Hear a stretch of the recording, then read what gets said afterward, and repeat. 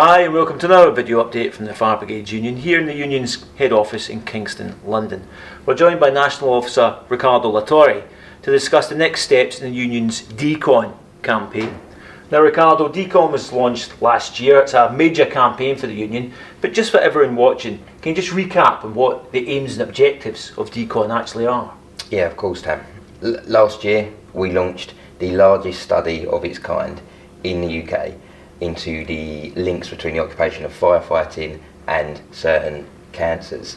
A large amount of work exists in this area in other countries and other parts of the world, but it doesn't domestically. So the FBU decided, thanks to the funding of the Firefighters 100 lottery, to launch that study and do that work ourselves so we can truly understand what we need to do to protect firefighters. And that study saw us commissioning the University of Central Lancashire to carry out independent research, which involved interviewing 11,000 plus serving firefighters. We carried out a literature review. We carried out testing on fire stations and in training centres, and we put all of that together into the interim report that members would have already seen.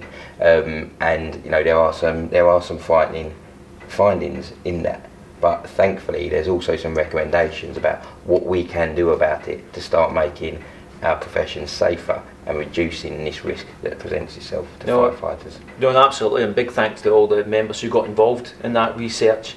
Now, you've been working with Professor Anna Steck in regard to this research, and I understand that the next report is actually imminent. Tell us a bit about that. Yeah, we're still working on the next part of the report now. That is coming very soon. As you say, you know, we've got statistically significant findings there, thanks to Anna Steck and her team at UCLan.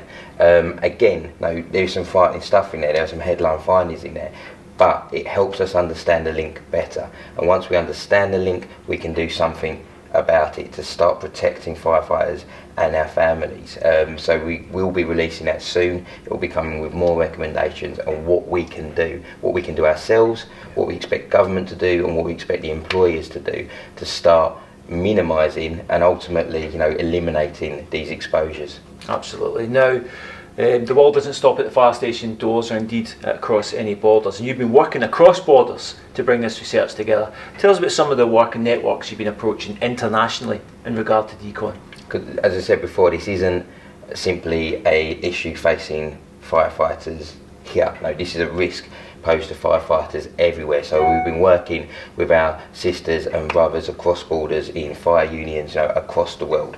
Most recently, particularly with Europe, we've seen Decon launched in Italy now, and with the thanks of EPSU, the European Public Services Union, we've seen our report published into a number of languages, and that's now helping to protect firefighters across Europe, thanks to the Firefighters 100 lottery and the work of the Fire Brigades Union. And we're soon to have a meeting of the Firefighters Network under the EPSU banner, where we're going to meet to discuss what we can all do, what the firefighting family across Europe can do, you know, just learn from each other, speak to each other, and ultimately start, you know, minimising and removing this risk. And EPSU, of course, is the European Public Services Union. Yeah, that's incredible work. It really is.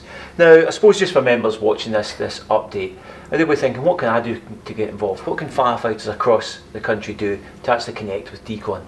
Well, in the first instance, we're taking Decon on the road domestically this year. You know, for members or reps attending our national conference in Brighton, we're going to have a Decon stall there where members can go and find out more about the campaign and what needs to be done. We're going to be popping up at conferences all over the country throughout the remainder of the year. So if that is in a member's region, you know, we invite them to come along, you know, and get engaged with the stall and find out what they can do. But really, most fundamentally, we need members to read the report, read the recommendations, do the training, get the posters up around their workplace, hold branch meetings and discuss collectively what we can do with what we now know and what we're about to learn, what we can now do collectively as a union to start protecting ourselves and each other, you know, from this danger.